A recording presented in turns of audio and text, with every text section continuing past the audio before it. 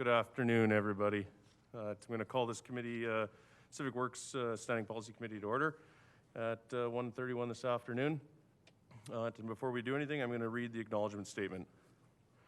The City of Lethbridge acknowledges that we are gathered on the lands of the Blackfoot people of the Canadian Plains and pays respect to the Blackfoot people past, present, and future, while recognizing and respecting their cultural heritage, beliefs, and relationships to the land.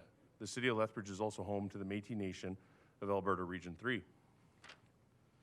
Before we do anything else, we're going to do the election of the chair and vice chair. So I'm going to call for nominations for the position of chair.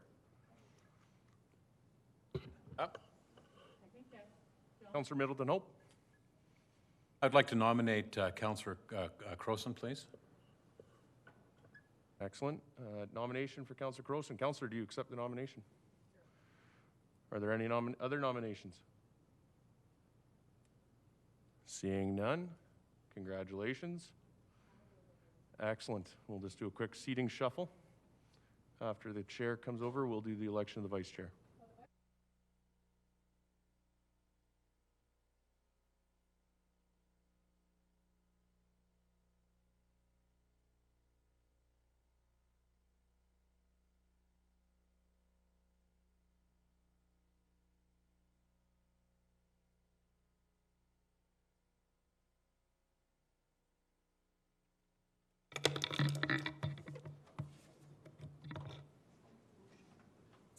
Okay, so we're now looking for a motion for vice chair for SPC.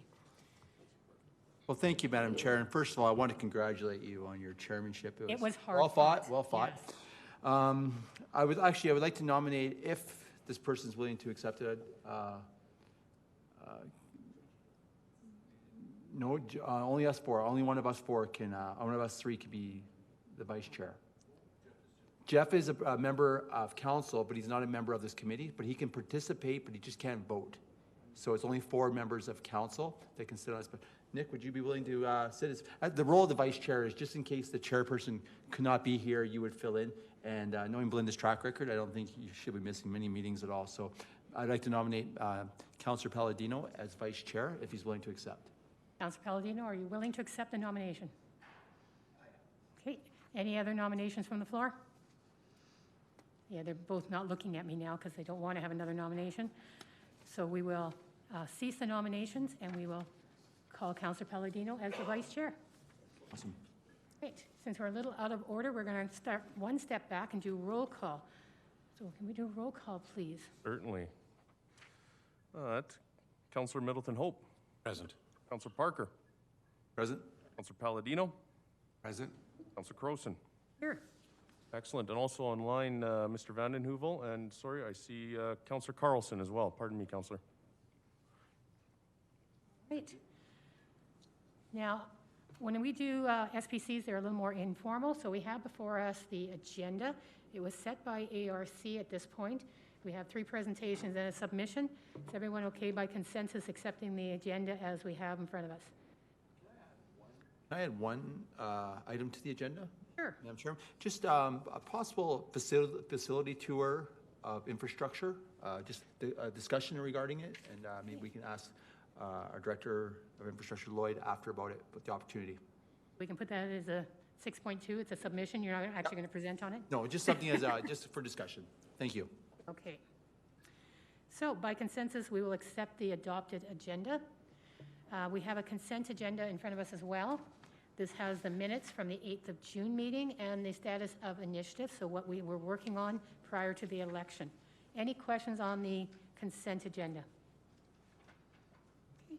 Then by consensus, we will accept the consent agenda as well, which jumps us now into presentations.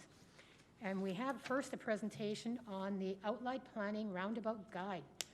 Mr. Bazunas and Ms. Mearns, I'm not sure. I assume, Mr. Bazunas, you are presenting, and Ms. Mearns is here to answer questions, or are both presenting, or how are we doing this? Hello, yes, we're going to present together. I've got a slide in my presentation just for build, so she can add what she needs to. And we've kind of worked on this thing, leading both of our groups together, so she can tell you from Bill's perspective, how it went, and how we got to here. So I guess I will start with the presentation, if you can bring it up. Good. So this is, the reason we're bringing this forward is partly because in the MDP that was just approved last year, we've committed as administration to bring forward any kind of standards changes as we make them. We are in the process of doing a thorough review of standards at some point coming forward, but there are a few issues that Build has brought up, 4 of them in fact, and roundabouts is the first one we've been able to check off. Build has been bringing these things forward. The 4 of them first kind of appeared, but we've been talking about them before that in when we were talking about with the Economic Recovery Committee for COVID at that time. Next slide, please. So I'm just going to go really quickly through these things. I've given you a very high level outline of what we're doing here. So I'll talk about how we developed the guidelines. I'll talk a little bit about our experience over the last, well, since 2005, 6, and 7 of roundabouts and all the learning that we've done in Lethbridge. And then we'll talk about the application guidance that we have within the guidelines, the process where we take in order to, work our way through an outline plan, and how the decision to include or not include particular intersections is made. And then there will be a space for Bill to have some comments, and then we'll answer your questions, hopefully. Next slide, please. So the guideline development, it was initiated as a request for Build. It lines up with the transportation safety plan. Oh, I spelled transportation wrong there. Look at that. It's based on national and international best practice that we've, over the years have learned from, engineering industry has learned about how roundabouts work, and so we've kind of applied some of the guidance from those organizations like TAC, the Transportation Association of Canada, in how they evaluate intersection treatments. And then we've specifically taken our own Lethbridge experience into account. And so, when we first started with roundabouts in Lethbridge in the early days, the first ones, if you know where they are, were in Legacy Ridge. There were some shortly thereafter in Sunridge. Those ones had fairly significant center islands, things that you wouldn't want to run into if you lost control of your car. And then as you go through time, we've learned more and more. So later on, there were roundabouts in, say, Gary Station, where we had them in residential areas, and we had long splitter islands, and they created huge impacts on the neighborhood in terms of parking restrictions. Following that, we got smarter and smarter, and the most recent roundabouts we've built were in 2014 in residential areas, and that one in particular was compressed, and is called a compact roundabout, and it fits within the intersection much better, and only affects the immediately adjacent properties in terms of parking. So as we've gone along, we've learned quite a lot. The guideline is kind of a culmination of all those learnings, plus input from Build and industry, and trying to create a process which takes into account all of those things to arrive at a rational decision on what our intersection treatment might be. So here I've already preempted that. So we've been building roundabouts since 2005. This is a picture of that last roundabout we built at Coalbanks Boulevard and Moonlight Way. It's a compact roundabout. It uses less land, although there is a bit larger corner cuts on these lots than the typical 5x5 meter corner cut we have in a traditional intersection. This has less parking restrictions, and we've mitigated some of the impacts on single-family residential by going and putting open space or multifamily development beside them. As a general experience in sort of the industry, it is generally understood by engineering folks that roundabouts have some advantages in terms of the severity and frequency of collisions. So rather than having T-bone collisions, you usually have side swipes. Speeds are quite a bit lower, so often they aren't as serious because there's not as much energy involved in the collision. And roundabouts also reduce the number of conflict points between vehicles and pedestrians. Next slide, please. So within the guideline is actually talks about the process by which we go through in order to finalize the intersections. And through that entire process, it's just one part of the outline planning process. So I'll talk a little bit about that later, but embedded in the guidelines are some things to consider in terms of where roundabouts are. These are paraphrases, because I didn't want to overwhelm you with sentences and sentences on the slide. So I've shrunk these down to paraphrases of what's actually in the document. So if you look in the document, there is a section called, got it right here, it's called Roundabout Application Guidance, and it's on apparently page 2 of the guidelines, and it gives you the full description there. So there's 8 points. Consider roundabouts in the proposed context, looking at their advantages and disadvantages. Part of our application part of our process is to do a cost-benefit analysis comparing roundabouts to their other potential intersection treatments, and look at it in its specific location, because sometimes the general case doesn't apply to the specific instance where you're looking at whether or not this roundabout belongs in this location. The second point, when looking at roundabouts on collector roadways, any intersection that warrants from the traffic analysis of four-way or all-way stop control should have an evaluation based on what it would work if it was how it would work if it was a roundabout. So basically, we're talking about, in the guidelines, collector roadways only. So we're not talking about local roadways. We're not talking about intersections between two locals.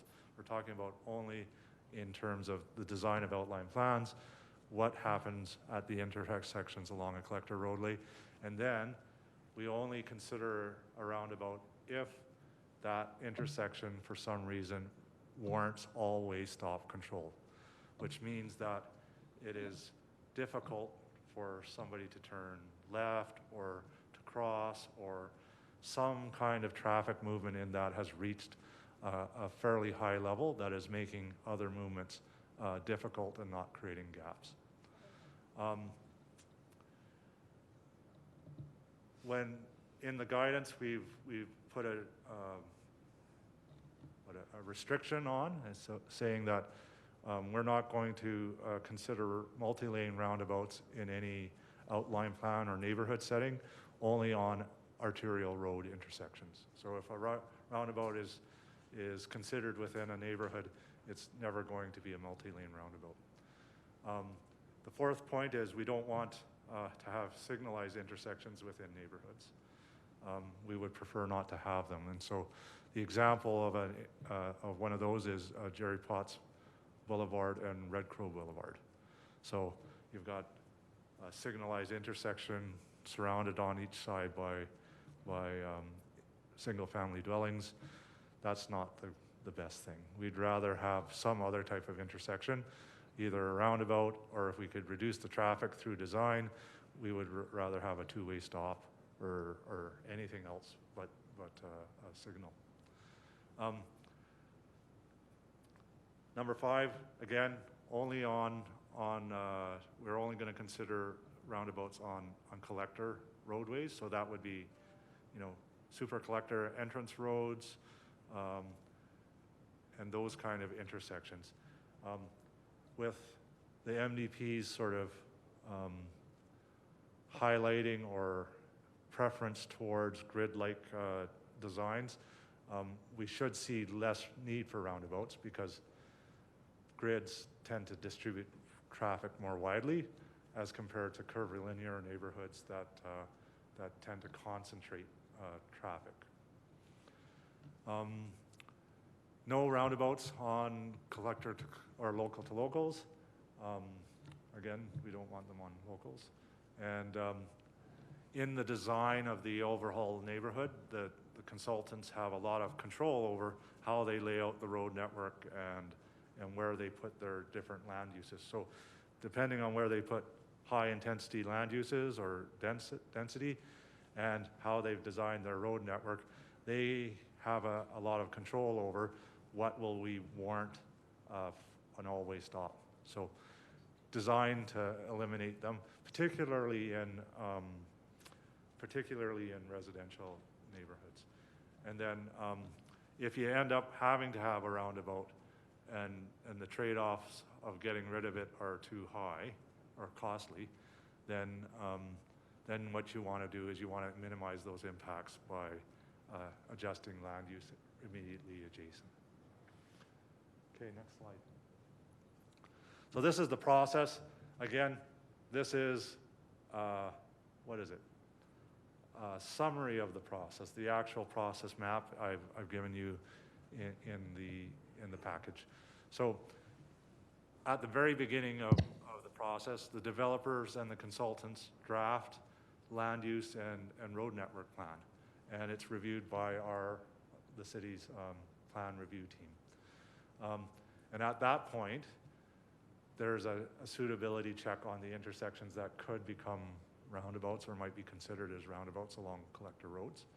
And we'll look at that and say, okay, before we go on and do some heavy engineering work and costly traffic impact assessments, let us make sure that we can live with any of the consequences that might come out of that, including potential roundabout locations. And if we can't, then we have to go back right away and adjust the land use concept and road network. Once we've agreed and the developer is happy to move forward, then we agree on the preliminary land use concept and we move to the next stage. At that point, the consultant undertakes a traffic impact assessment. And through modeling, he estimates what the traffic at each of those intersections and whether they're turning left or going straight through or whatever is happening at those intersections. At that point, the consultant will understand whether it warrants four-way or all-way stop control.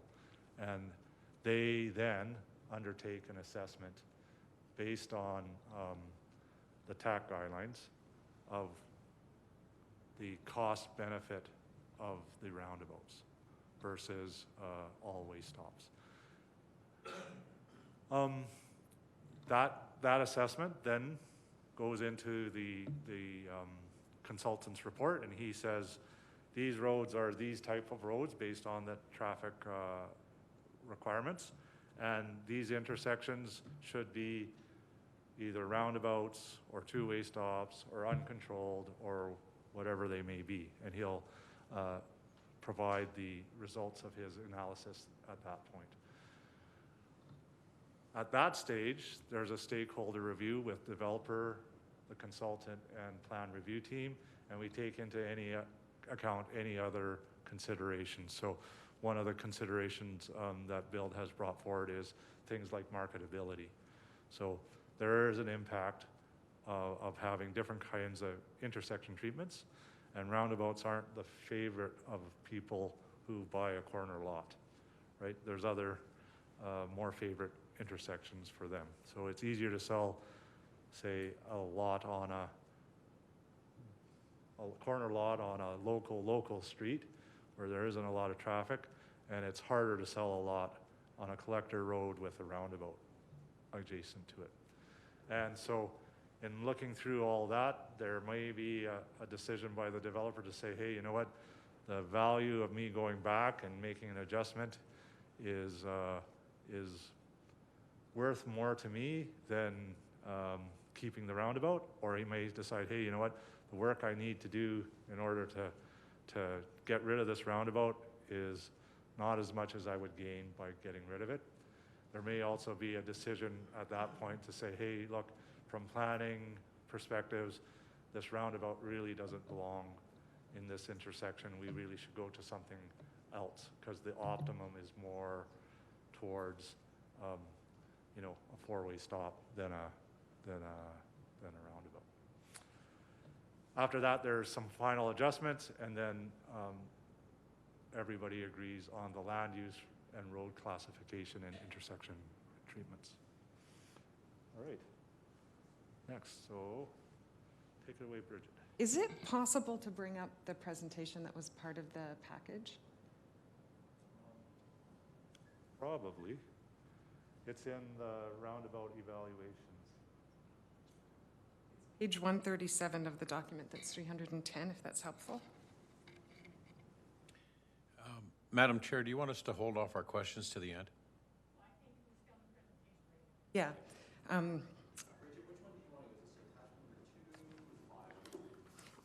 It's part of the attachment that, I think it says background information. Yeah, it says roundabout evaluation attachment number 5.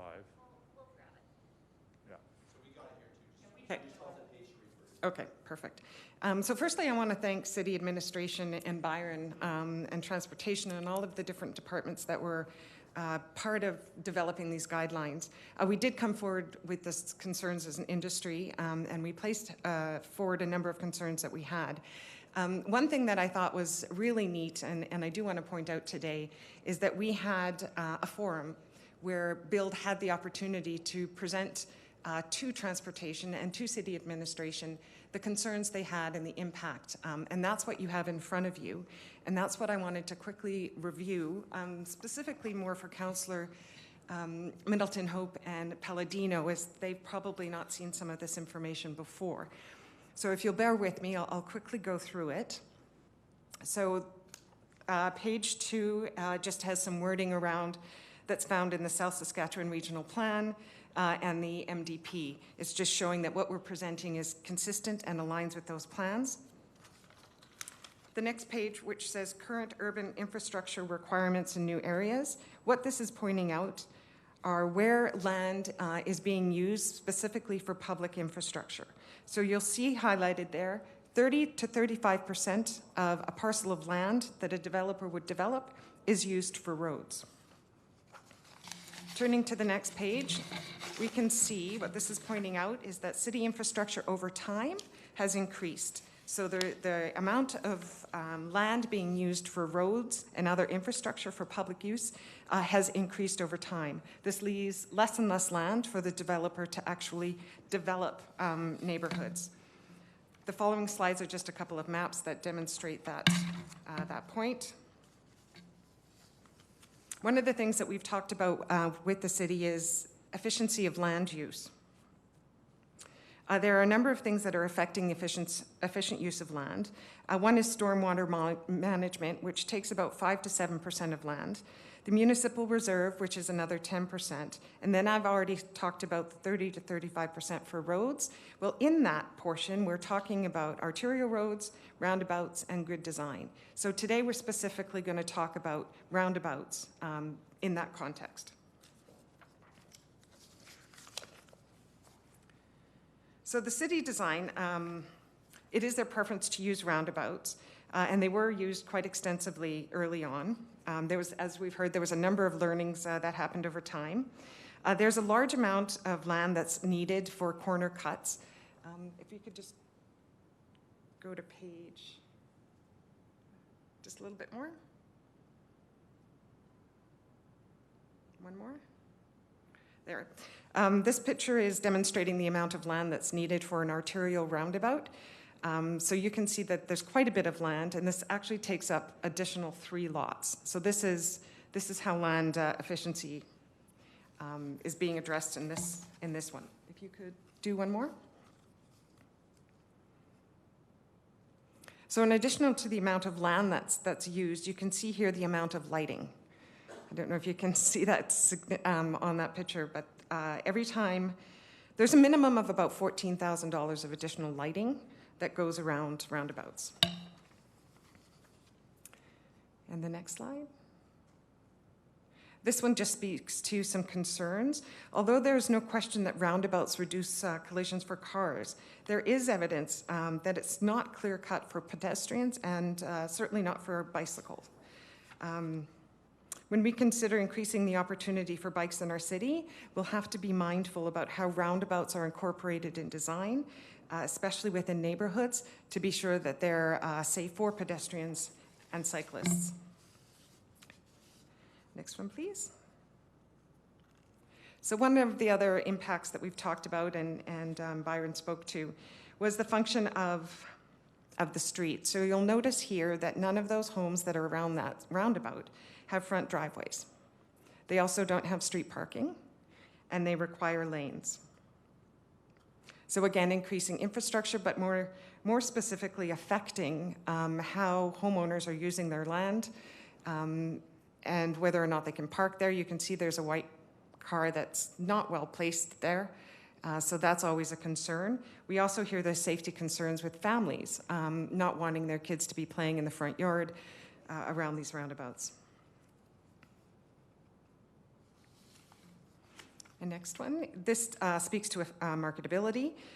These lots are often the last lots to be sold, again, because there is this idea of difficulty living around a roundabout. So if we're talking about wanting to ensure that our neighborhoods are complete, this is something that we need to consider. Next slide.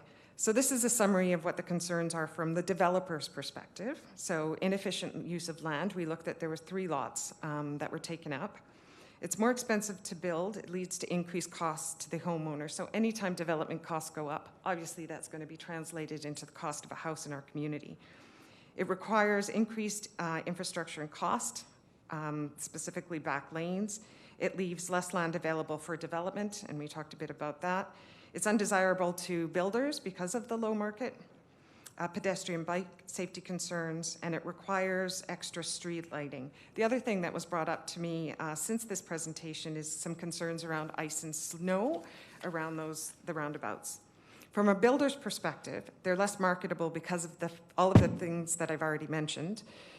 They remain vacant longer. They're difficult in designing homes. So from the designer's perspective, they have to figure out how to get a driveway in there and do it sideways. It certainly can overcome that, but that's some challenges that they have to deal with. Then from a homeowner's perspective, again, just summarizing what I've already said, that there are safety concerns for families. It affects the function and use of their property with no street parking, no front driveways. It requires home design modification, can be difficult to manage in the winter with drifting snow, and could affect resale. So a summary of all of that that I've just told you. And these are the trade-offs. When Byron's talking about looking at roundabouts, we're looking at roundabouts from a larger perspective than just we need them for safety.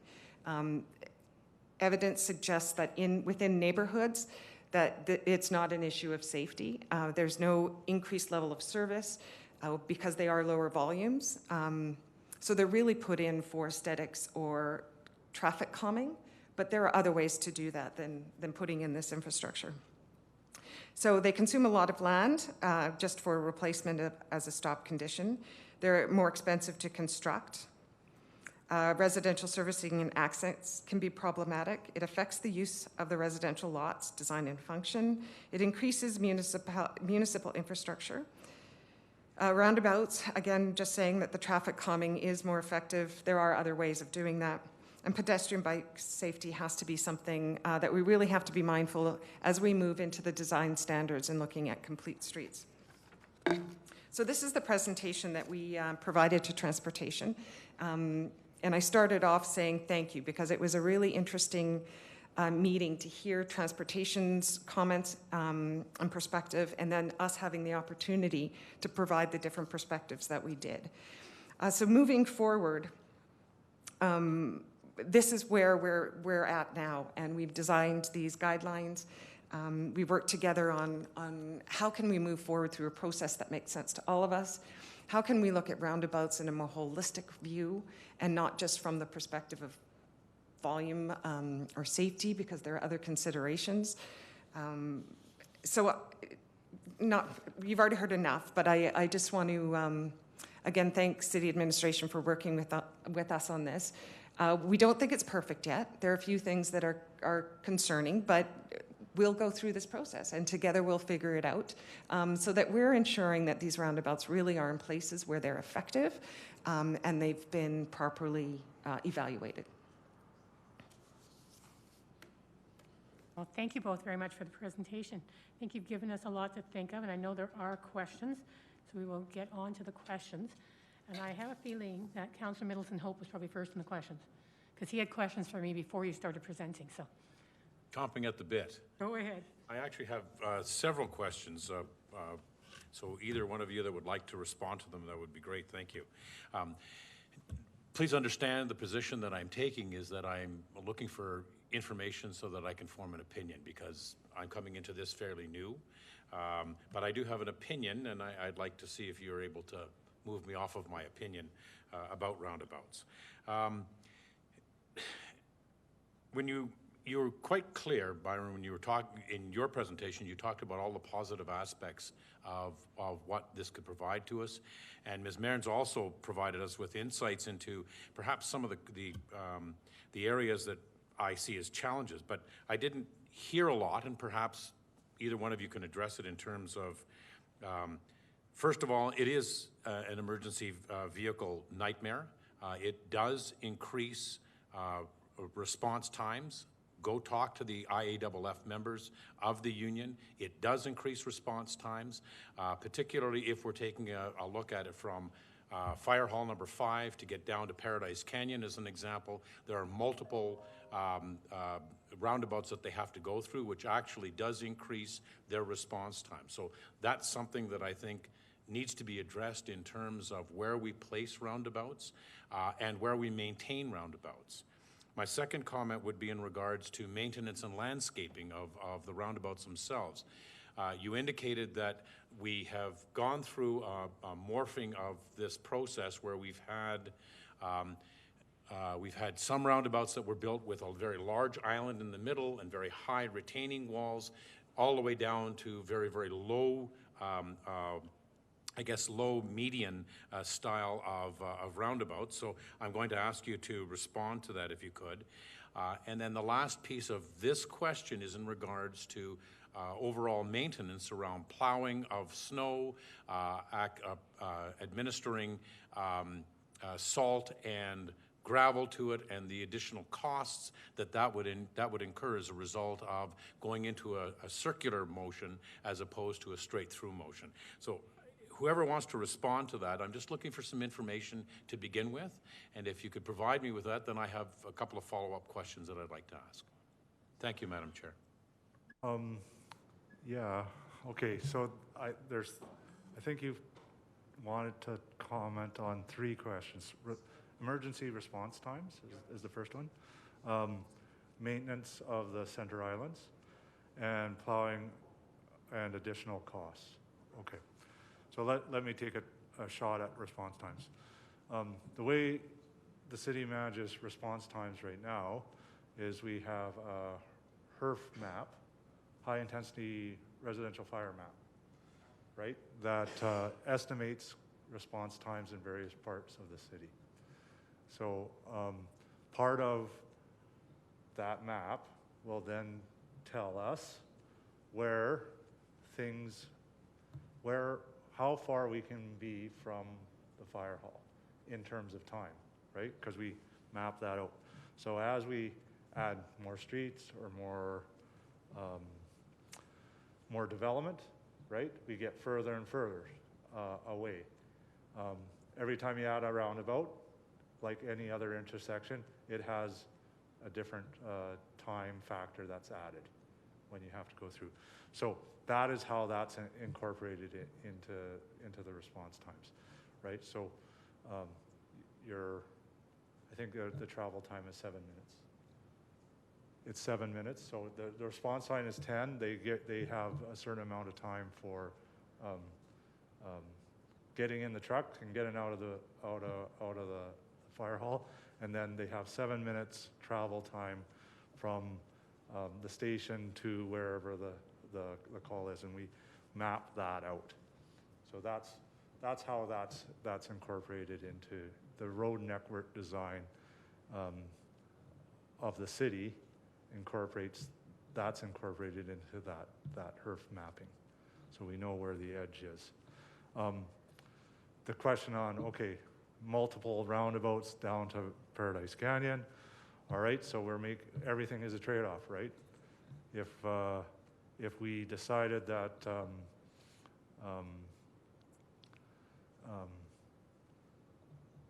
emergency response was the most important thing as opposed to everything else, then we might do something different than the model we have today. So for example, we might just put a fireman with a truck in front of every house, because then it would be an instantaneous response. But we can't afford that. So what we've done is we've decided that, okay, we're balancing all of these things and making trade-offs. So that's part of one of the reasons why we use roundabouts versus other intersection types. Okay, can I just interrupt for a moment? Yes. Yeah, that's not helpful. I recognize that you're being facetious by suggesting that we put a fire truck in front of everyone's home. That doesn't make sense, of course. We both recognize that. But in terms of the challenges that that fire and EMS face, and we must now consider the fact that the EMS that are coming into the city don't necessarily work in the city. They come from outside the city a lot of the time, primarily because of the way in which EMS is now dispatched. So we need to take some consideration into account when we're looking at the development of these traffic circles and the reduction in response times by EMS. And quite candidly, I disagree with you in terms of it not being a priority. It is a priority. If I'm having a heart attack in Paradise Canyon, I can tell you I want a fire truck and a paramedic unit to be able to respond there within a reasonable amount of time. Now, they set the timing. It's not city engineering, it's not city council, it's they that set the amount of time that it's going to take that they can actually get from one fire hall, because that's where they're based, unlike police officers who drive around. They're based at a fire hall. They have to go through a number of roundabouts to get down to a place like Paradise Canyon. And the reason I use that as an example is because it has a number of roundabouts to get down there. And it does, I'm informed, that it does delay response time. So I'm just asking that that's taken into consideration, and we look a little bit broader than just, well, it seems to work okay, and it's a good compromise in terms of using that methodology of getting through an intersection. But what I think we need to be doing is we need to be looking at some of the reality, which is we are now responding from a different location than those roundabouts were initially envisioned. And the second piece is we now have a different style and methodology of dispatch, which does affect the response times of our emergency services providers. Sorry, can I just interrupt? Mr. Bazunas, you're coming solely from transportation. When you actually do a traffic study, does the fire department, does the police department, do all those different departments of the city get input into the development? So Yes, so PRT includes, well, Heath White, the fire marshal, is on PRT in review of outline plans. So we do have them there. I guess my confusion is we're talking about new areas and developing new areas, Yeah. right? And from what you're saying, it sounds as if you're talking about, okay, well, if we add roundabouts to a route that already exists in the community. So I think we're talking about maybe different things. Adding a roundabout at the intersection of Métis Trail and Whoop-Up Drive, right? That wasn't there before. Right. Changed the speed at which you could go through that intersection. Okay? That had an impact somewhere downstream on the response time to houses further down the road. Right? Yep, it did, yeah. Right? Similarly, the construction of Métis Trail, right, as a roadway that hadn't existed before, also had an impact on downstream response times. That is not specifically included in the analysis, I don't think, at this time. Is it something that you do ongoing, as an example, because you use that as the intersection at Sunridge Boulevard and University Drive, for example, it was not originally designed to have a traffic circle there. We've got one of the earlier models of traffic circle that has now been retrofitted into that location, right? So do we go through a process periodically, whether it's once every 5 years, 10 years, or as it gets more built up, as to the efficacy of that particular design? No, what we do is we do the HERF modeling, right? So this modeling maps the city and who is within this response, 10-minute response time overall to various locations in the city. The impact of adding, and we're not building roundabouts everywhere. That's not the thing we're doing. But adding roundabouts to the city ultimately impacts response times. Response time, that then has an impact on where we site fire halls, because the distance within which the level of service established by the fire department for 10-minute response changes as the city evolves. So as the city evolves and we change the way the road network works, that then changes the response times from any particular location. So we are doing that all the time. And so when we bring on new areas, we look at, okay, how close to the fire hall are you in terms of time in this neighborhood? And what does it look like if we have this collector route with these type of intersections, or versus this other type of route and these sorts of intersections? And if, in the case of, say, Country Meadows, we lay for a period of time because the road network's incomplete, there was no Métis Trail, we have to do different things to bring those residences within the safe or the level of service of response time, the 10 minutes, or they have to do different types of construction in that case. So for a period of time, Country Meadows had to do additional side building treatments because they lay outside of the 10-minute response time. Once Métis Trail was completed, then instead of having to find their way up University Drive and through West Highlands and into that area, they could drive straight up Métis Trail, and then that reduced them so that they could be within the response time. Yeah. A second before you go on, I think Bridget had something to add to that.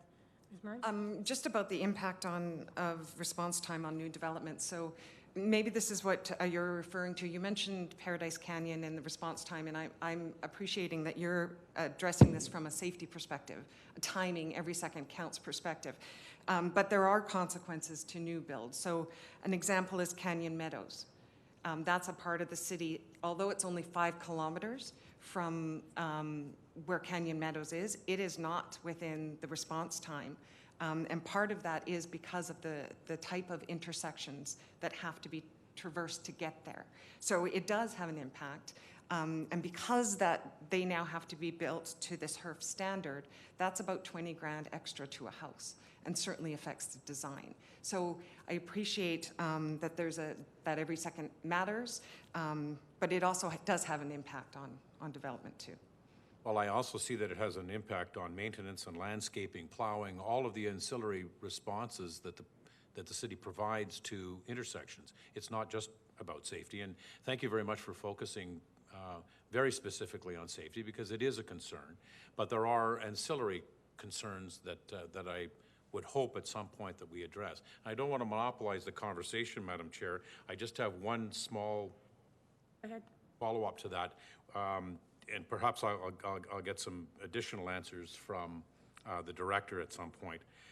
It's in regards to trash pickup. This is a lightning bolt issue for many citizens across the city, and we're talking about creating environment, and please correct me if I'm wrong here, but what I was shown and what seems to be in the document is a number of intersections that are controlled by roundabouts that, and perhaps it's just the examples, but preclude front driveway access.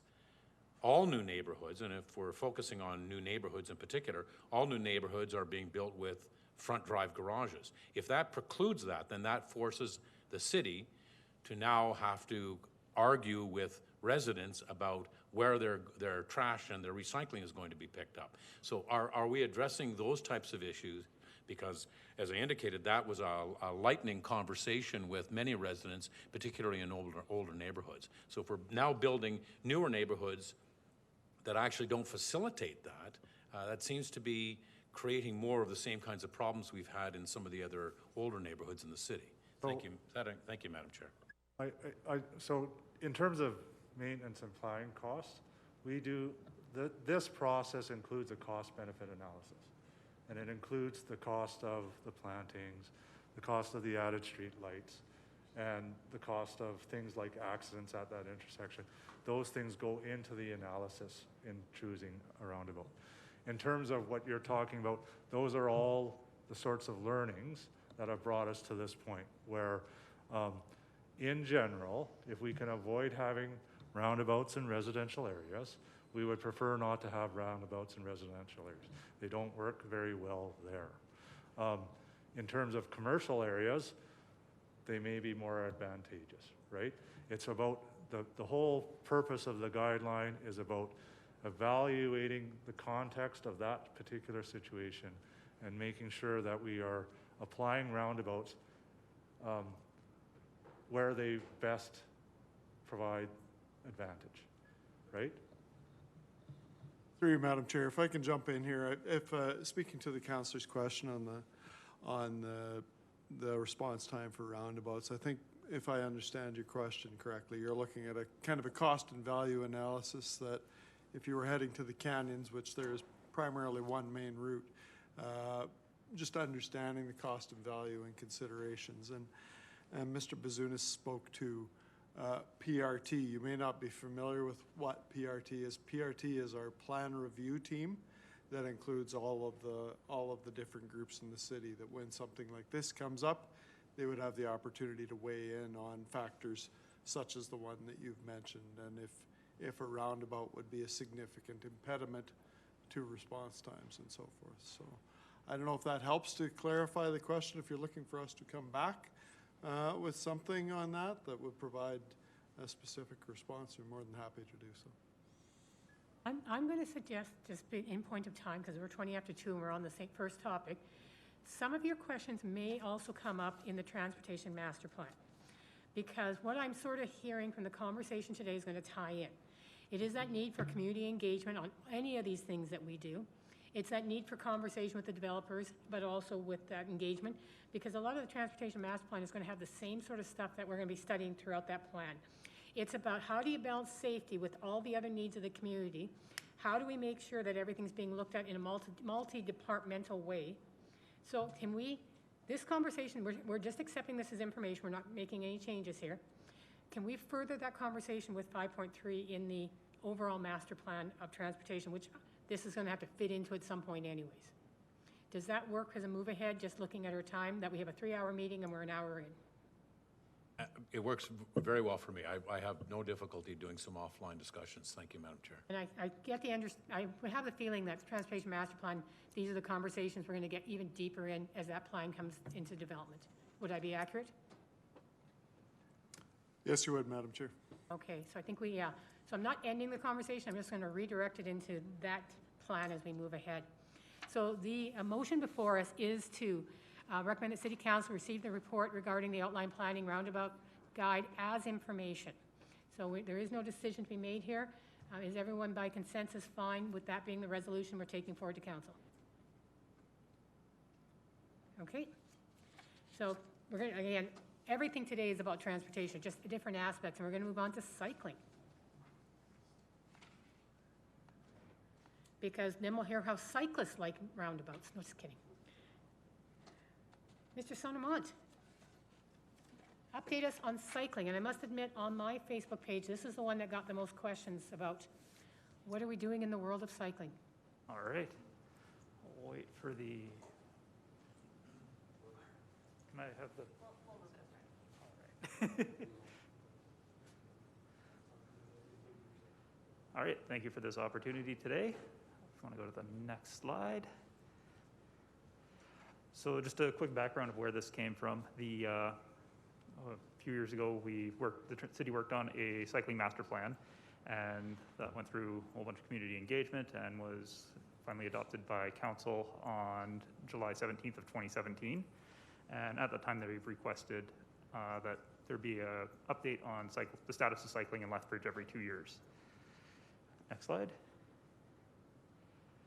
So what we've been doing is we hold regular meetings with many of the internal and external stakeholders in the cycling world, I guess, or cycling in Lethbridge, including Bike Bridge, Headwinds, Lethbridge Trails Alliance, and then a bunch of internal departments as well. So Transportation, Parks, Community Services, representative from the Helen Schuler Nature Center.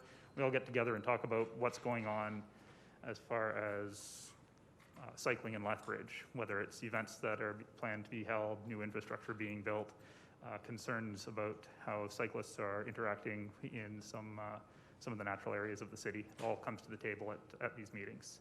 Next slide. So we do that on a regular basis. Something else we've been working on is an update to the bicycle bylaw. Right now we have a fairly old bylaw from the 80s. I believe it says that people need license plates for their bikes and they're to be issued by the city. To the best of my knowledge, we don't have such capabilities. We're making money, come on. So we're looking to modernize it and make it a little bit more applicable to today's cycling environment. This year's included a bunch of engagement with stakeholders and the community. We've got hundreds of comments that have come in as we did these stakeholder or the community engagement and stakeholder engagement. The team represented that's working on the bicycle bylaw change represented a number of city departments, transportation, police, regulatory services, and parking, trying to make sure all this gets brought into the conversation is considered as we draft the bylaw. We've wrapped up most of the community engagement. We've just finished putting together an engagement summary report. We've just sent the bylaw off to the city solicitor's office for review, and we're hoping to begin the council process sometime in 2022 as we figure out the final details on the bylaw. Next slide. Over the last couple of years, we've had a cycling handbook put together. Local consultant helped us out with that. And we're also working on training. What we'd like to do is get some people in the city, both city staff and people external to the city itself, so a few members of Bike Bridge, trained up for cycling training to help people learn how to ride on the road if they're really interested in kind of taking that deep dive in how to fully understand how to ride. The initial training, the level 4, was completed. We've run 2 of those courses, one in 2019 and then one in 2021. And that's I guess the basics.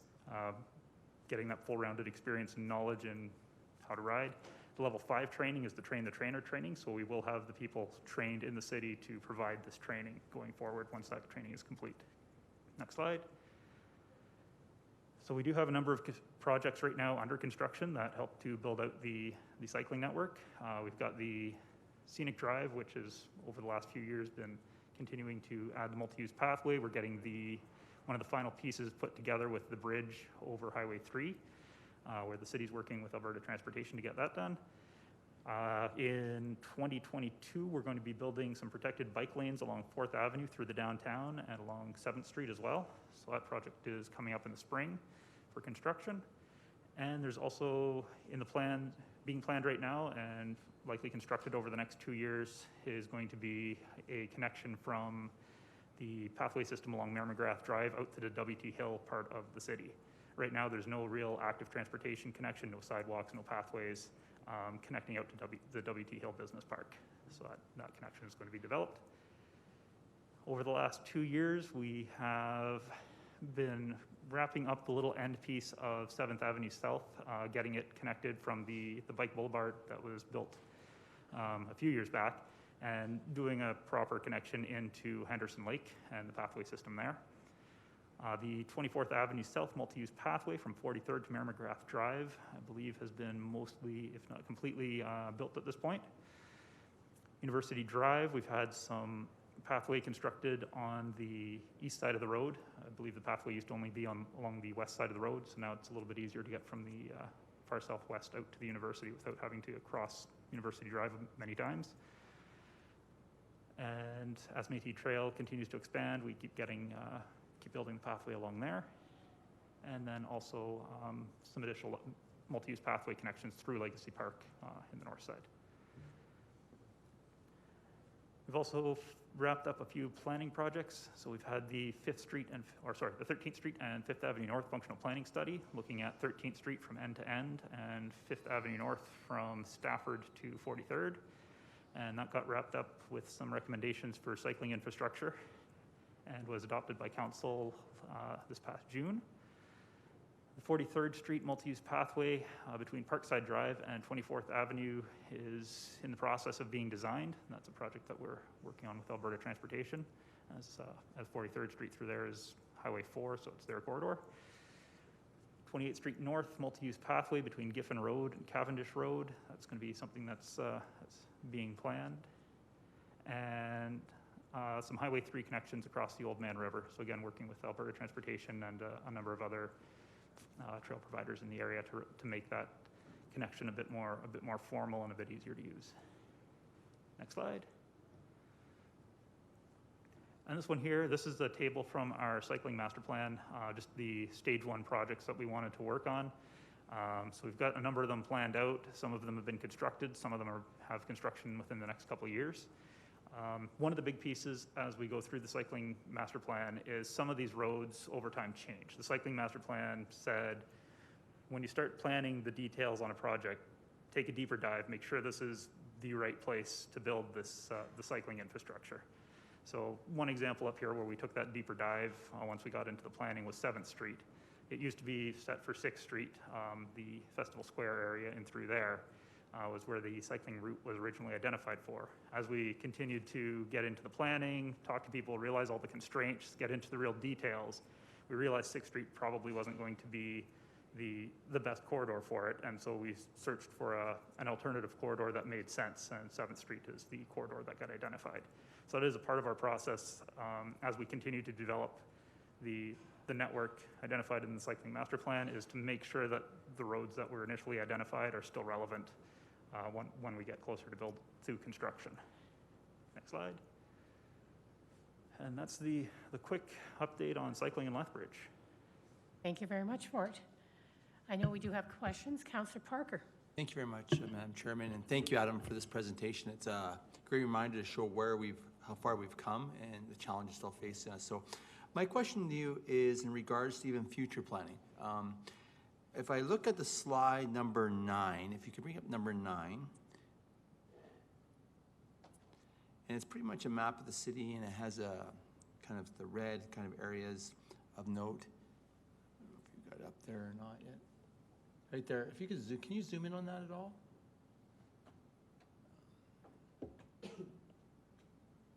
If not, that's okay. I'll try to paint a picture with my, there we go. So if you, now down towards the canyons and Riverstone, we have a great trail system. We've done a come a long way. But I always hear in the community that if you wanted to travel on a bike and you really wanted to go to, let's say, southeast Lethbridge, it's quite a commute. Like you hear that with the vehicles, obviously. And of course, there's a cost of $250 million for, which is a price tag that we can't address at this time. But I'm trying to think of something for bikes. Like I go to other communities such as Drumheller, and they have these kind of like a little bridge that links over these rivers for people to bike, for people to commute on with their kids and all that.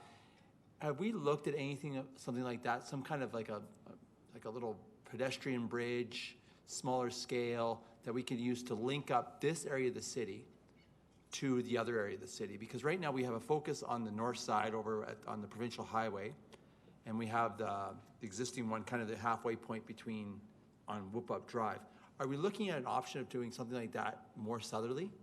We haven't at this point explored any options to hook anything up across the river further south. I think something like that would probably be fairly helpful to the city, especially with the college down in the south. But it's something that hasn't been explored in depth. I think having continued Third River crossing conversations and has been the priority there. But if there is a desire, that's at some point something we can certainly look at, because it is a fairly big gap in the network, and you're right, it's a very long ride on a bike. We hear it about cars all the time. I just think that, this is my own opinion now. This is my own opinion. I think it would be a wonderful idea. Like after and a lot of people around this table have probably been a little more worldly than me. They travel and they see these bridges that link across these rivers, that are rivers are a lot more vast and wider than the ones we have.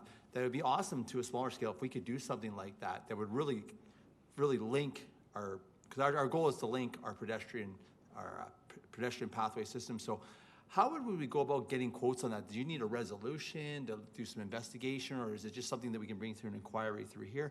Just to look at something like that. Has anyone seen Drumheller, for example, for conversation? You've seen what they have in Drumheller over that bridge. It's something like, why couldn't we do something like that? It's not a rhetorical question, but it kind of makes you kind of create the conversation. So I hear that in the community, even though we can't have a third bridge, but if we could have something like at 1% of that cost down there would be great. Just food for thought. I was just wondering if we were thinking that, but I'm glad that you also share the same. That'd be a great thing to link our pedestrian. So, thank you. I also think that Councillor Parker is jumping into the Transportation Master Plan. Yeah, I guess so Public too. engagement out. So there is a theme here. I do see Mr. Brierley making Perfect. notes back there as well. All right, Those thank are- you. I just thank you very much. So did you hear the conversation earlier that we were having about roundabouts? Yes. When you talk to the cycling community, what do they think of them? Is it something that is useful for them? Is it dangerous for them?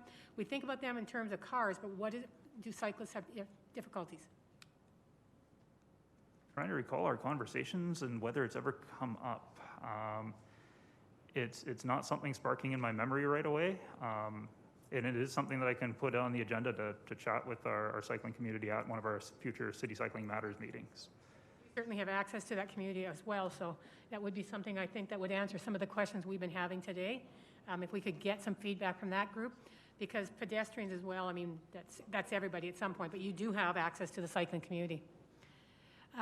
So a lot of this stuff you're looking probably at CIP projects on, right? Some of the pre-planning stuff. So even though just to explain to our new councillor, even though there's a functional plan done, et cetera, unless something gets past that CIP, I've often said the city is shellfish. We can shelve a lot of plans over the years. CIP is where it all comes actually down to whether it's built or not. Yeah, that's correct. So a lot of the projects are fairly big projects. A lot of those top of the list, it's to really connect older parts of the town. And those are also some of the more expensive projects because we're coming into retrofit situations. And as well, when you're looking at the plan, are you looking at all the types of cyclists? When you're speaking to your groups, because I think there's kind of three main reasons people cycle, right? Some do it for exercise. Those are the ones that do the crazy things in the coolies. Some do it as actual transportation. That's how they're going to get back and forth from work. And some do it as, hey, it's Saturday, let's take the kids for ice cream and buy, it's recreation. So when we're looking at the cycling plan, does it address all the different types of cyclists in the community? Well, it wasn't looked at in quite that same, with quite the same lens. What there was we identified 4 different groups of cyclists in Lethbridge. There were the confident, enthusiastic cyclists. It didn't matter if there was bike lanes, pathways, whatever. They were biking. It didn't matter what the conditions were. So that's a fairly small group in the city, but compared to a lot of other places, fairly substantial. The next one was the enthusiastic but concerned. They're out there, they're biking, they're going to keep doing it, but they would like to have something a little bit more to make it easier to cycle and feel safer. The biggest group by far, and the group that we focus on in the when we're looking at cycling infrastructure, is the interested but concerned group. These are people who are out there, they'll ride sometimes, but not too often, and this is the group that would benefit from the cycling infrastructure. And this was the largest group when we did the survey that was represented. And that's who we're trying to design for, to make cycling an experience that's comfortable enough that they want to engage in it more. And it's to encourage that group to really come out. Because right now, some of them will be out sometimes, but not as much as they would like to, because they don't feel that the infrastructure is there to support them and to feel safe out there biking. And then the 4th group is the no way, no how, I'm not biking. And so we're not doing anything for that group. You have the 4 groups, but the groups are changing. Electric bikes seem to be changing the marketplace of bikes. People who I never thought would get on a bike are now talking about biking. Is that something that, are we built for that changing, type of environment? Because I think we're going to see more cyclists, at least that's what I'm hearing from people. And I think that's why it's so important that we're focusing on that group of people that's in that interested and but concerned. Because now not only are we as a city are trying to make it easier and feel safer to go out there biking, cycling is becoming an actual option for transportation to get from point A to point B in a relatively quick way. And developing our cycling network and having places where people can feel a lot safer getting around the city is going to make people getting onto those new e-bikes that really cut down the time and the amount of effort needed to really make them feel comfortable getting out there. You have the Lethbridge Cycling Handbook. Has that been shared with council? Can we see that? There should be a copy online, and there should be some paper copies floating around City Hall as well. If you do need any, just let me know, and I'll make sure that they get to you. You're going to train the drivers how to work around cyclists. Well, that's yeah. Councillor Middleton, who? Thank you for offering that observation, Madam Chair. It is a concern of mine when you see the use of electric bikes, and if I only reflect on my neighbors, most of us are over 65, lots of us have purchased electric bikes.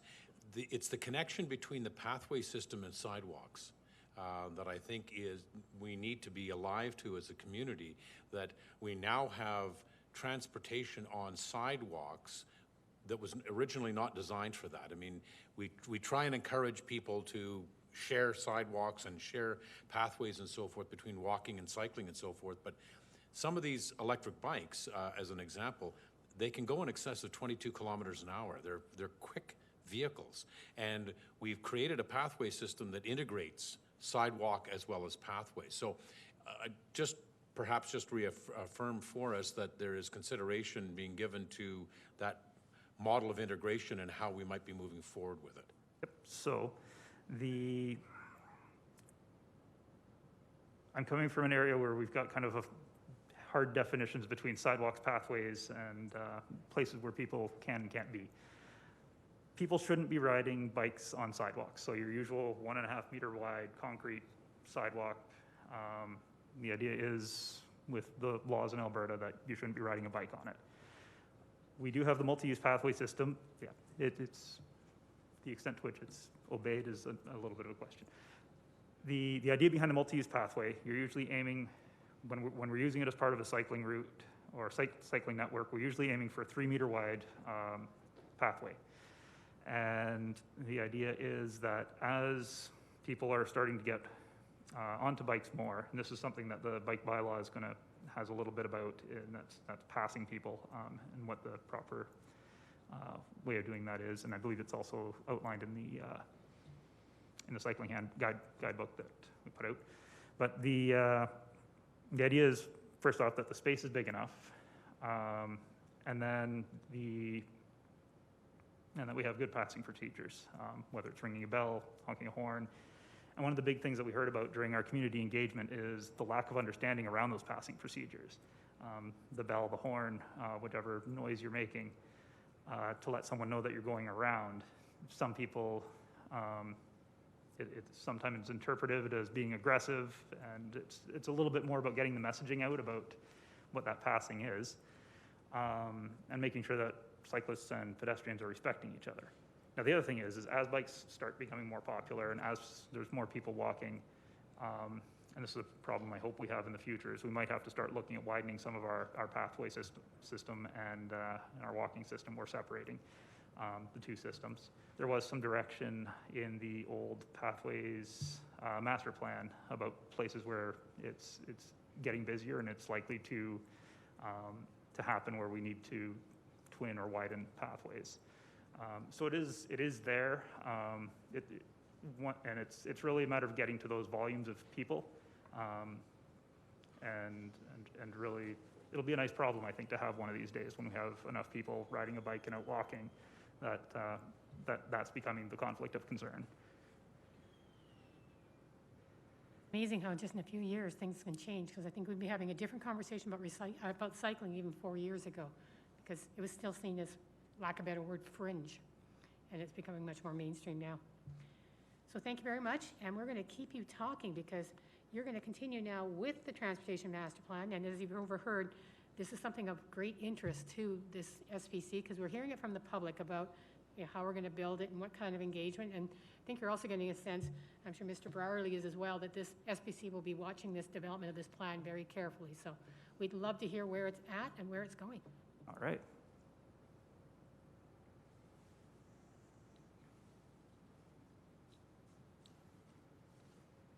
Oh, sorry. Good thing Mr. Westerson is beside me to remind me that I didn't do the motion on the last one. So while we're switching up to this presentation on the master plan, I'll make sure we get the motion. So this one is also the recommendation before us is to receive it for information and to forward it to council as information. Are we all fine with that for the update on the cycling plan to forward it to council as information? All right, so by consensus, we will accept that. And then we will move on then to the next Transportation Master Plan progress update. Good thing I have my Jiminy Cricket. So it's all yours.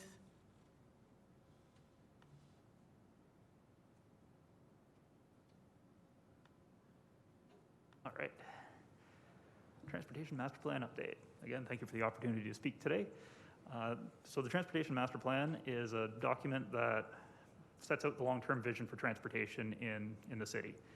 It's a critical role, or it's a critical plan in figuring out how people are going to get around in the city for generations to come. Once we have a road, a sidewalk, a pathway built, it's usually not taken away or changed in any significant way quickly.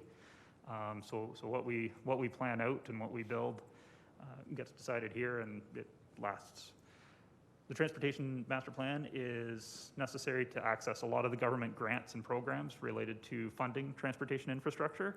So if we're looking for money for projects, it's good to have, or we need to have the Transportation Master Plan in place to really back it and say, yes, this is part of what the community is moving towards. And on that same topic of money, it's part of, it guides the transportation funding in what's being built, what's being changed, what's being improved as far as how people get around in the city. Next slide. So at the moment, we are in the progress of doing some assessments, accessibility, mobility, making sure that transportation is accessible. When I'm talking about transportation, I'm talking about people walking, people biking, people driving, people on transit, our rail system. It's all about how people and goods move around in the city. So we're in the process of doing an accessibility and mobility review of the system. We're looking at the different modes that are being used and how easy it is to go between the different modes. And also we're looking at emerging technologies. So we've got, it's an interesting time in transportation right now. We've got autonomous vehicles kind of on the rise and being developed. We have the electrification of the transportation system. We have shared mobility out there with things like e-scooters coming around and shared bike systems and driving services like Uber. So there's a lot of change happening right now in the transportation landscape, and a lot of new technologies and wrenches to be thrown into the system. So we're trying our best to figure out what those are and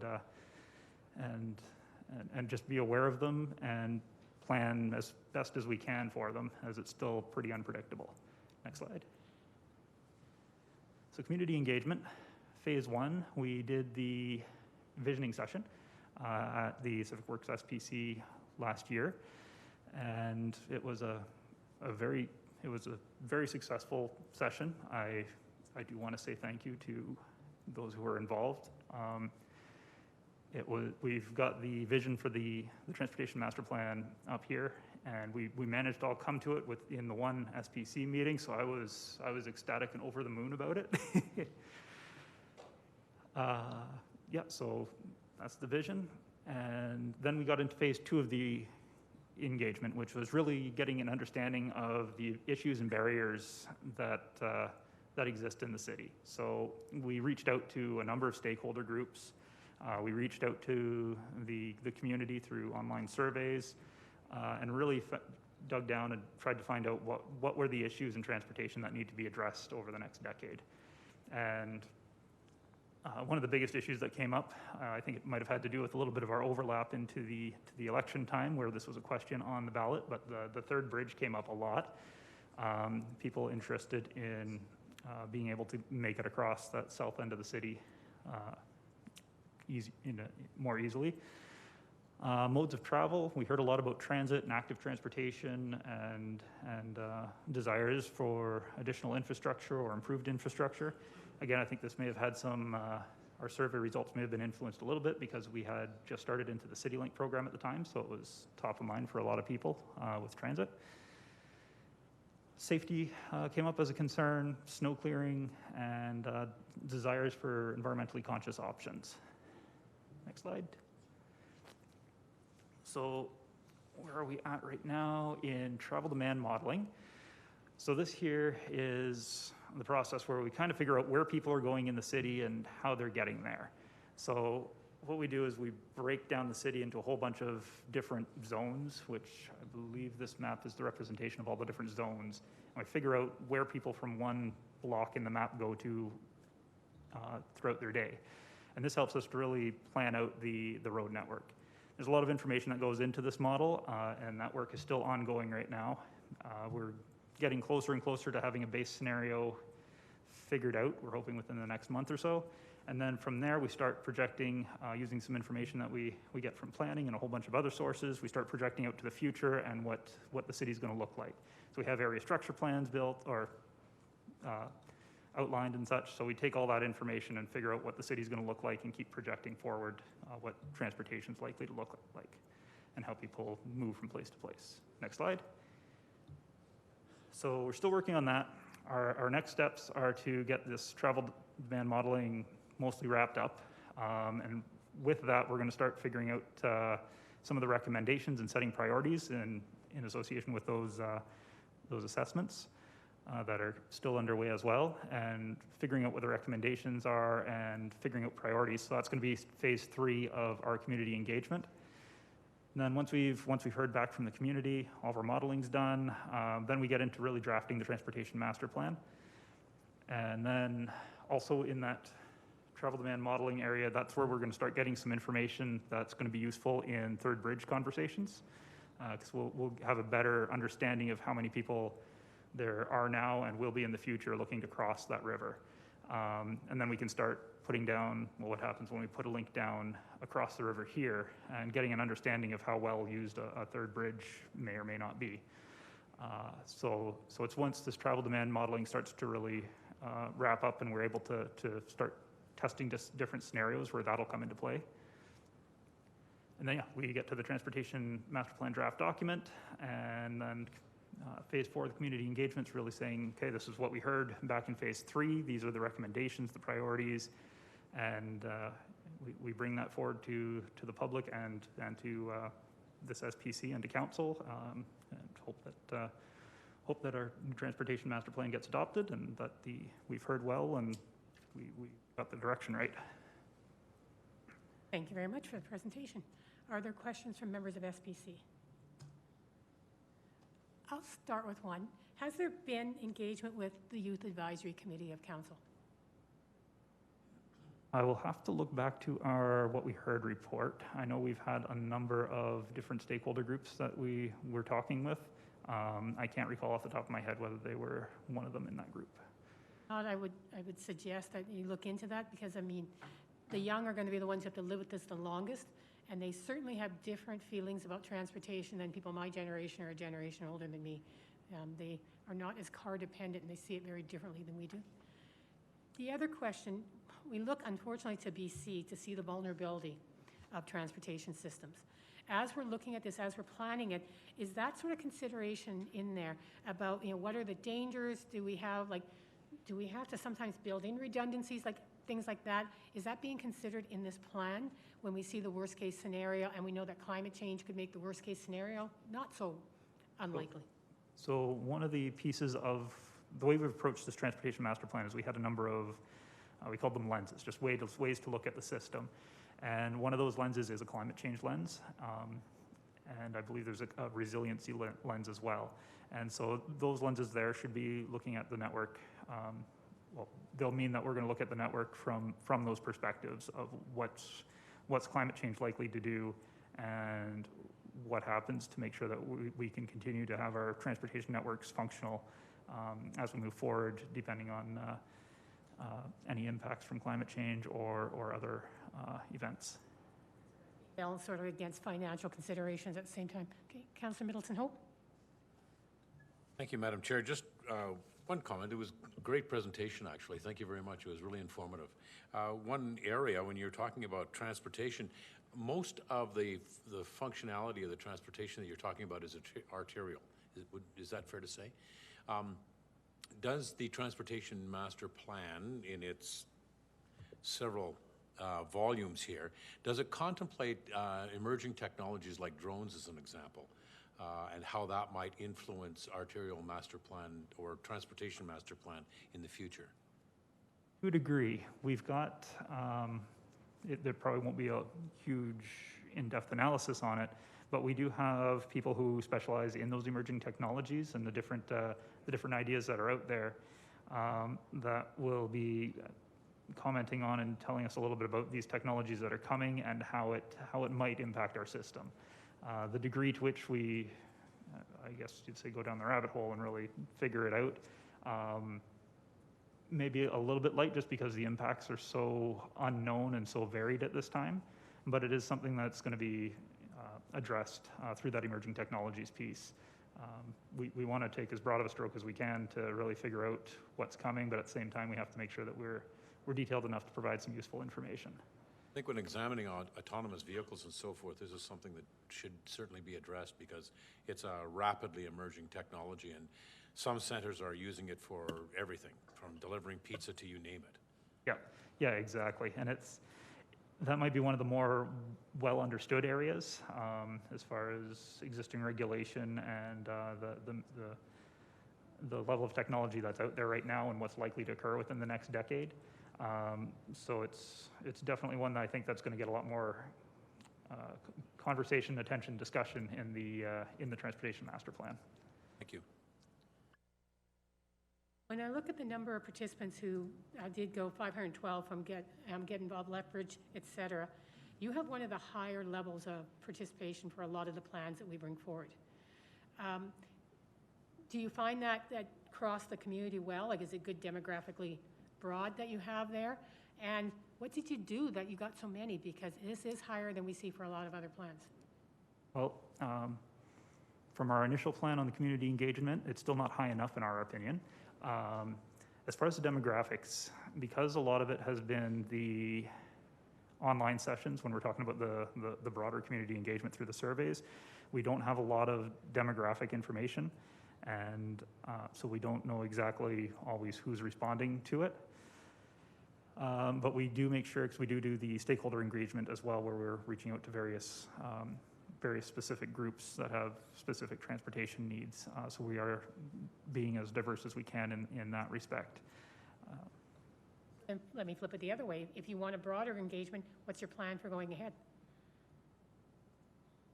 Our consulting firm is helping us to chart the best path forward while still being conscious of the fiscal realities, I guess you could say, of the project.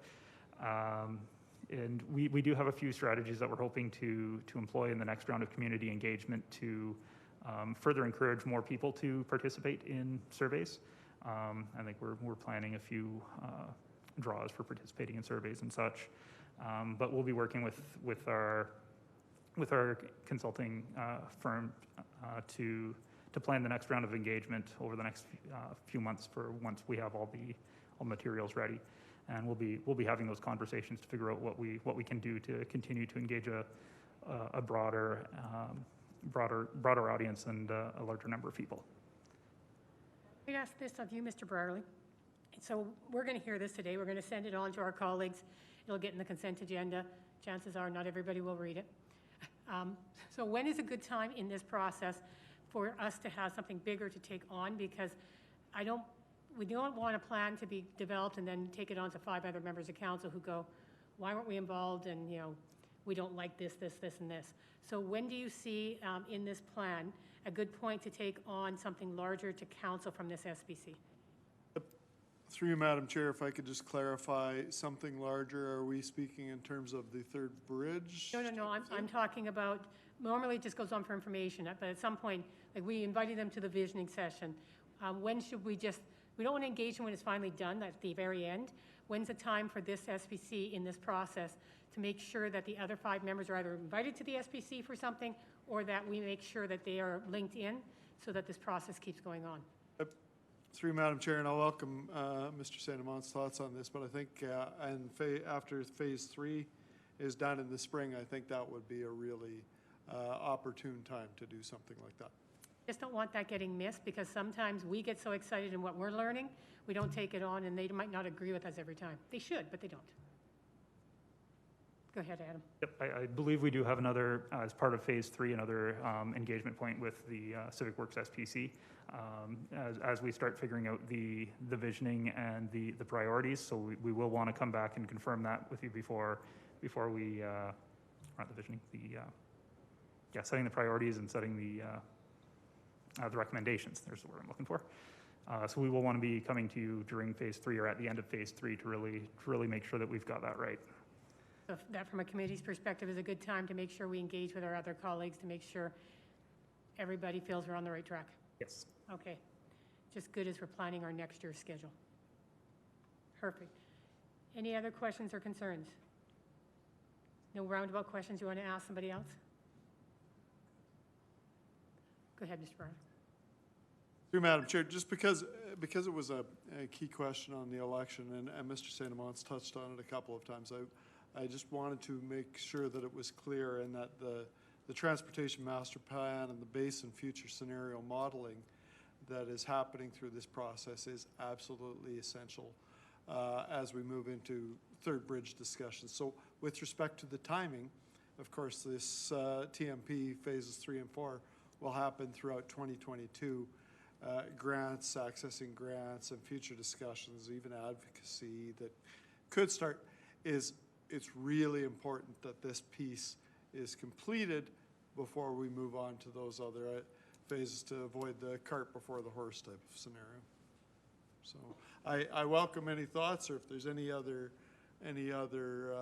questions you might have in respect to that. I know the third bridge is an important item, so that's why I wanted to speak to that point exactly. I thought we just turned the third bridge into a cycling bridge, so we cut your costs a lot, so. And a ferry. We haven't had a ferry in a long time either. You said there once was. Oh, we had lots of ferries across. All right. Well, I don't see anybody else on the question list, so thank you so much to Mr. Sonamont. And we also have a resolution here recommending that City Council receive the report regarding Transportation Master Plan progress update as information. We're all good by consensus to accept that? Okay. So we go on to our submissions now, and to the National Urban Parks Report, which is pretty simple, that we don't match the requirements, essentially, is what we got in the summary. So our option here is to receive this as information. Even though Parks Canada is working on it, we are not a suitable community for this. I hope everyone had a chance to read the submission. Any questions on it? Councillor Middleton-Hope. Just one, Madam Chair. When you say that you don't believe, based on this report, that we're suitable, is that because of the population threshold? 100,000 residents, yeah. And I guess, will there be an opportunity to provide a pitch that the actual population of the city of Lethbridge is much more regional than some other communities might be, and might be in a position to apply for some of those grants? I don't know. I know Mr. Richter's not here. Mr. Brierley, was there wiggle room in what we got from Parks Canada, or is this a done deal? Yes, I'll field these questions. Through you, Madam Chair, that's exactly, so we didn't try the regional population approach, but what we did try was the fact that we have a very large urban park in the range of 3,250 hectares, 8,000 acres, that tied into some of the other things around reconciliation, Indigenous people. Tried to leverage that, haven't got anywhere at this point, but trying to see if there's an opportunity down the road. Right now, it's a no, but it doesn't mean that maybe down the road that there wouldn't be something. So as they develop their national urban parks policy over the next few years, maybe things will change, and happy to bring forward the option that you mentioned as well. We have to count the gophers or something. No? So I think at this point, we are recommending that they receive this as information as well. So council, just to close the loop on this request and keep it something that we want to potentially look at in the future as they realize that cities less than 200,000 are awesome. I don't know why they wouldn't look at this. So moving on to 6.2, Councillor Parker, we will let you introduce your area. Thank you very much, Madam Chairman. And what I was thinking is, since it's post-election, and I speak on behalf of a lot of members of council, hopefully, there's a lot of information being thrown at us, acronyms. We're talking about facilities, infrastructure facilities, well, just not infrastructure facilities, but public parks. We're using words. We're talking about grants. We're talking about borrowing bylaws. We're talking about a lot of these facilities, and sometimes we just assume or take for granted that we all know what these facilities are and what they do and their purpose and all that. And I was hoping maybe we could do some kind of tour of these facilities as a council, where we could just drive by and say, hey, this is what's going on here. The digesters are located over here, what we're talking over here.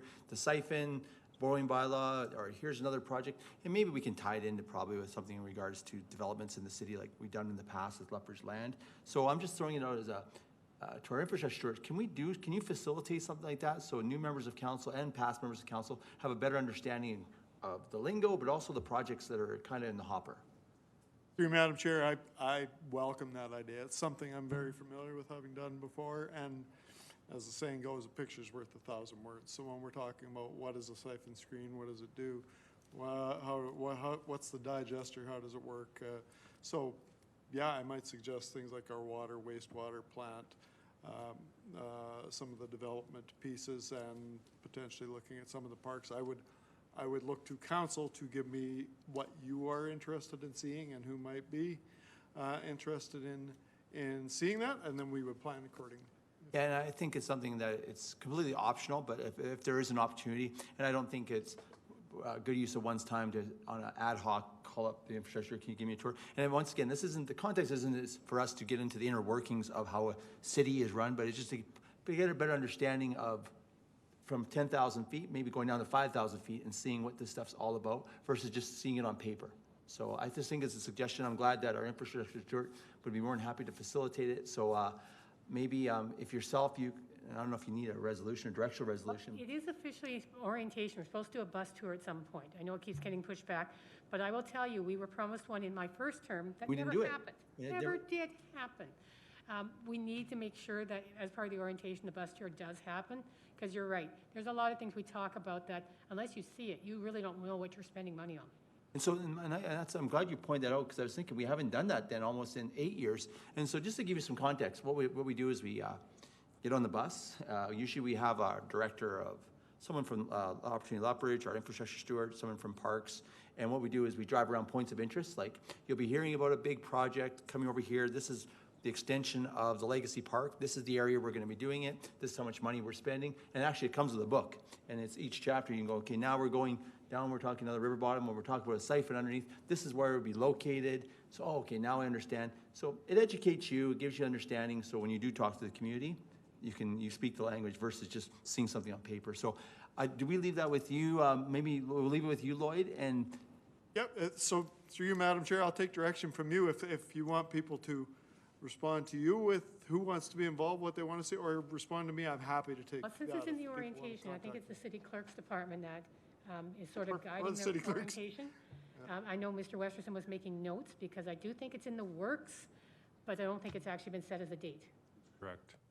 So, And just to add to that is, by having this conversation, it creates more context, so you can at least go back versus just saying, hey, a tour of Lethbridge. Well, we don't need to go to the Galt Museum. We all know where the Galt Museum, but things of, not that the Galt Museum is very important in our community, but the more of the infrastructure, the parks, the stuff that we talk about.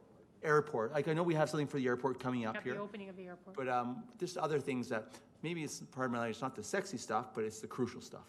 So it's good to know that. I think both of you can take to the city manager and city clerk's department that's the one part of the orientation we would like to not see missed, because sometimes when the roads get bad or people get busy, it's easy to miss the tour. So, Thank you very much.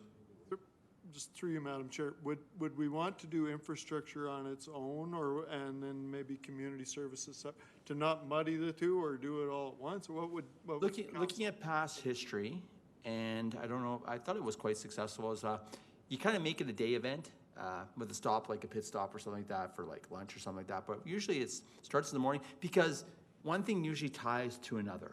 You know what I mean? It's kind of like, you could start, like I'm talking about the north, let's say you started let's say if we went back 10 years ago, this is where the new north side cemetery is going to be. This is the location as we drive. This is where Legacy Park. So it kind of all ties together as you drive. And then you come into the Shearing Industrial Park. The city is, so kind of like, you kind of all see it tie together. And you can see, okay, Cavendish. Now you know you're talking about when there's so many hectares of land that Cavendish has. Oh, okay, now, because it all, versus drive to this location. So we'll make it a one-day thing. All we have to do is, can we do what we did 8 years ago? I think it has to be holistic, because you're right. Your infrastructure ties in with the land sales, ties in with the, Parks, everything. And I think Mr. Westerson did match up a resolution, and the resolution essentially would be to go back to City Council to recommend that we do make sure we do a tour as part of the orientation. Yeah, like landfill, everything. Because I think you take for granted with your years on council, but you think, oh, you all know, like, you start off the first day, we use acronyms, you're like, well, what's that stand for, right? It's just, you assume, right? So this is what we have as a starting point. Be it resolved that Civic Works Standing Policy Committee recommends City Council add a tour of infrastructure facilities to Council's orientation schedule. Now, there is a bus tour on there, so adding infrastructure would round that out, but just making sure we do that tour at all. Does that work? that sounds good, and I'll be more than happy to sponsor that resolution. Okay. Sign that at all? No, okay. By consensus, we will take that forward unless anybody, I saw a lot of Okay. nods. Thank you, Michelle. Thanks, Lloyd. Appreciate that. Stop a copy too? Okay, perfect. All right. Well, we did get finished faster than I think we were anticipating. No confidential items on our tour, on our agenda today, which brings us to adjournment. So unless there's, go ahead. Yeah, no, and I think a lot of the questions that will come out in that furthering discussion with the master plan, because that's a huge document. And the reason I think we need to focus on that is those other things like the roundabouts was information, but that's a plan that's operational. This is something that we pass the master plan, is a bylaw that we get to really get our hands on. Thank you all. We are adjourned, and we meet again January 6th.